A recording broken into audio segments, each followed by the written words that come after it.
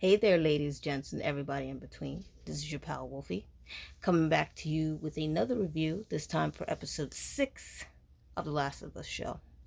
So, I really enjoyed this episode. I thought they did a great job with this episode. I love the fact that they covered like a big chunk of the game in it. So, you got like them reuniting with Tommy, you got the whole conversation about Ellie's situation. You got the conversation between Ellie and Joel in that one room. You got the fucking dam. The school. All of that. Like they covered a lot of ground in one episode, which is great.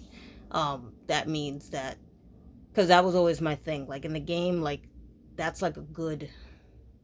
That's like a good 2 hours of the game, and they managed to compact that. So I thought that was really good.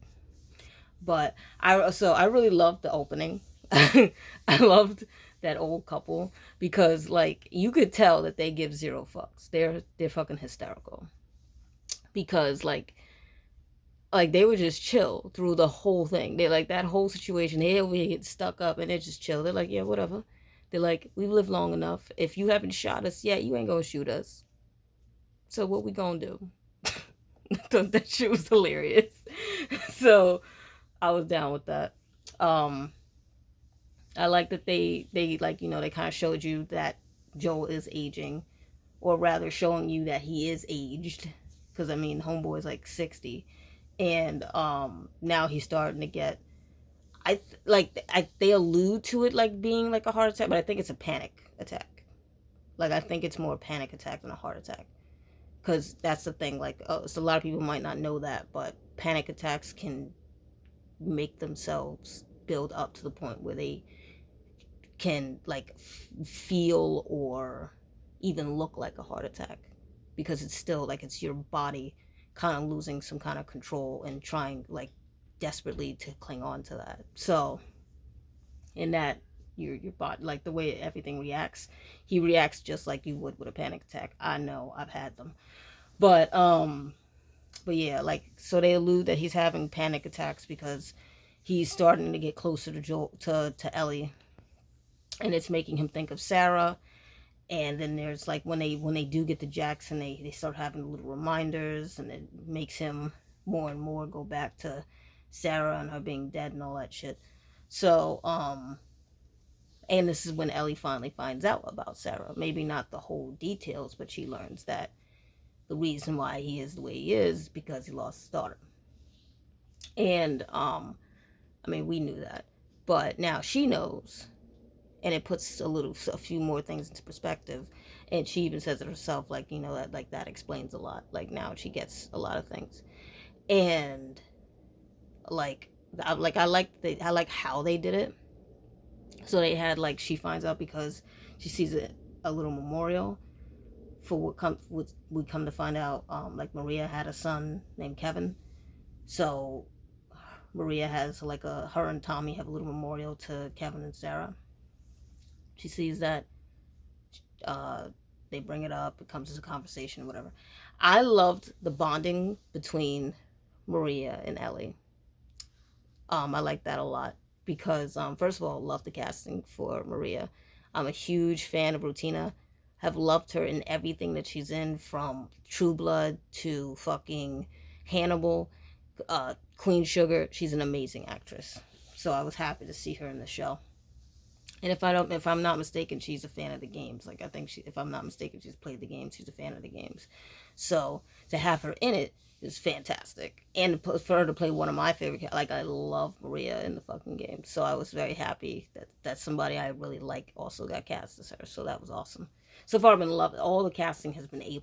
I mean, I knew that from when they showed it to us, but I'm like, the casting has like seeing it has been really A+. And I'm glad I was right about it. But yeah, so I went off on a tangent there. But like we only get like small tiny niblets of Ellie and Maria bonding in the game, so it was nice to see it actually like unfold. So like all the moments that she and Maria had in this show, it gives light to what more or less happened in the game, and I like that. I was totally down with it. So, like she, when she saw the little menstrual cup, I'm like, oh, honey. But she's at that age, like, so it makes sense. It makes sense, and I'm sure, like, that was the first thing Maria thought was like, oh, she's at that age, but she's traveling with a man, and we all know men are too fucking scared and pussy to actually talk about such things. So she definitely needed somebody to be like help her be prepared for it or whatever have you. So I love that they added that part, because that's among women, that's just a symbiotic thing. We know that that when it comes to young girls, they need an older one to talk to them about it, because you can't rely on men. I mean, you mostly can't rely on men for anything, but you really can't rely on them for that. So that shit had me dying. But I love those moments. The moments between Joel and Tommy were really nice. I fucking love Tommy. I love him in the game. So it was good to see him again. And I think it's pronounced Gabriel, but he does a fantastic job as Tommy. He sells it perfectly.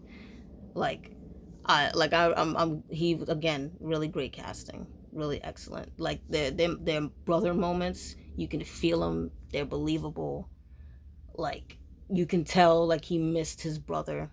You can tell they both missed each other. Like no matter whatever happened with them in the past, you can feel that connection. And that was nice to see it, like to really really see it. And the fact that Tommy brought him the boots knowing that Joel was where Joel was going to be and what he was doing. It's like, yeah, like that, even though it's been however long it's been since they've seen each other, that connection is still there. Like that's not going anywhere.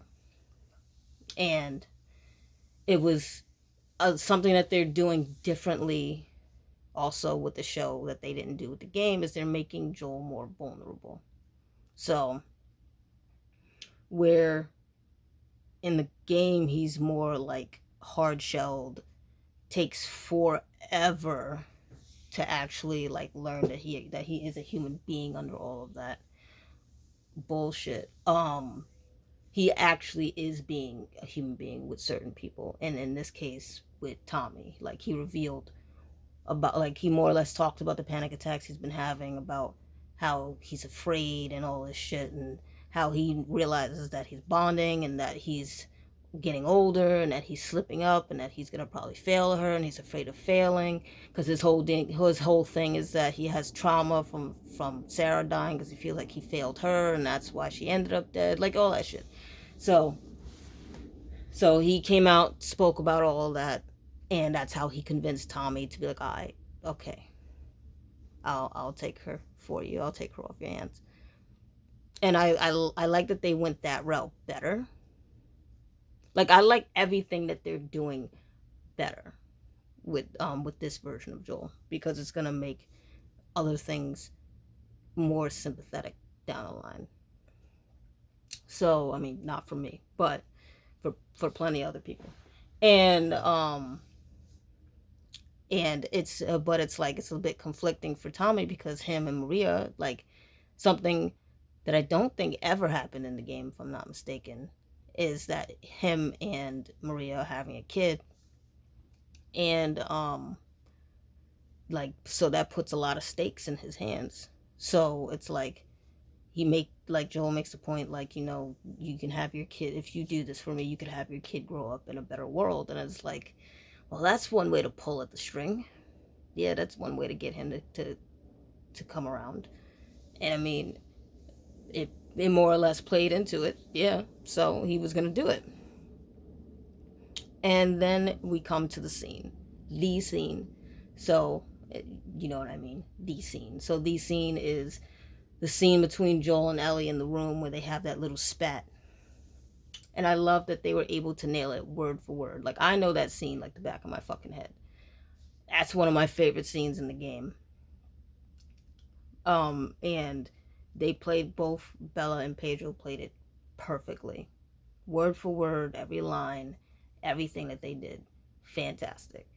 Like, I couldn't have seen it done better other than in the game. So I was very proud to see that scene. It was really good.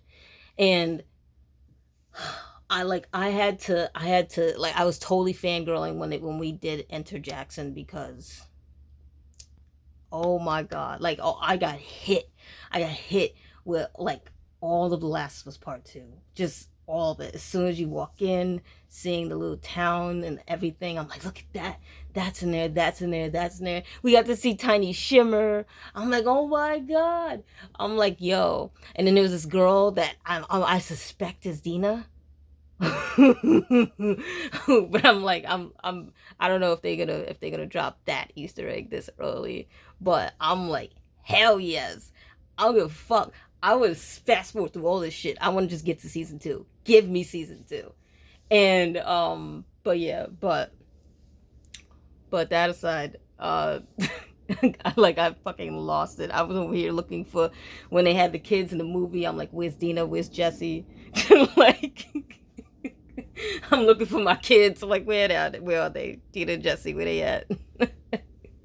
Oh my god. Part of me was really hoping that they would have like a little run-in or something like that leads into stuff and going down the line. But anyway, yeah, that I just needed to put that little nugget in there. But I was so fucking happy.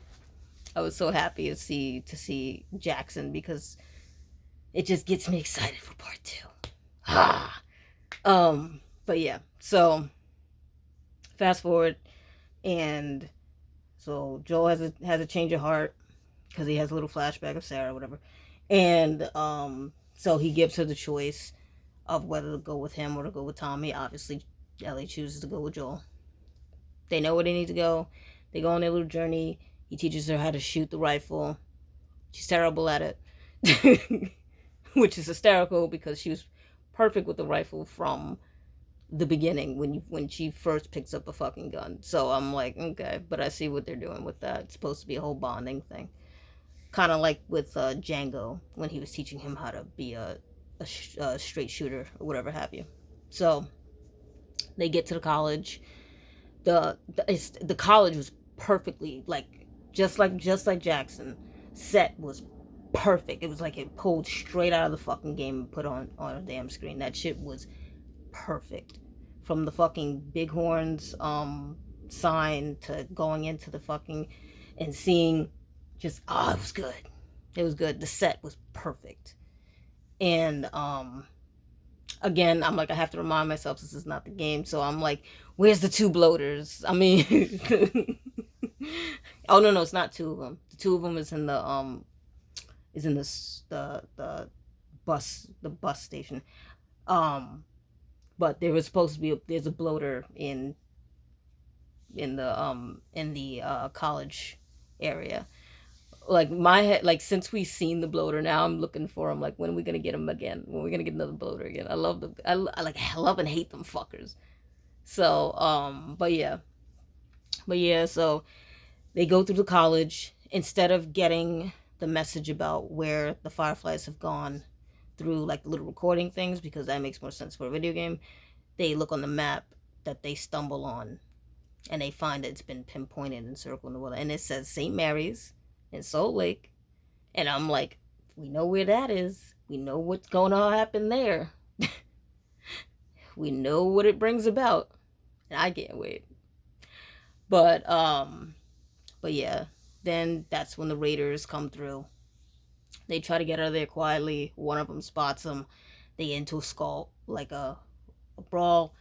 Joel gets stabbed. Instead of so I was wondering what they were gonna do with that. So instead of him like getting into that fight and falling and getting impaled, now they have him get into that fight and then accidentally just get stabbed by the broken bat piece that the guy had. I mean, yeah, it fits. I would have preferred seeing him get impaled, but that's just because I like seeing him suffer. But anyway, and so Ellie's able to help him get out of there. It ends with her him falling off just like in the game. It ends with him falling off the horse and her trying to get him to wake up. And then that's the episode. But screw all that. I can't fucking wait till next week. Next fucking week. The episode I've personally been waiting for this entire fucking season. I've been waiting. I'm like, when is it coming? When is it coming? When is it coming? And it wasn't until I think last week that somebody finally leaked the titles of the remaining episodes, and I saw it. Episode 7, Left Behind. I can't fucking wait. Finally.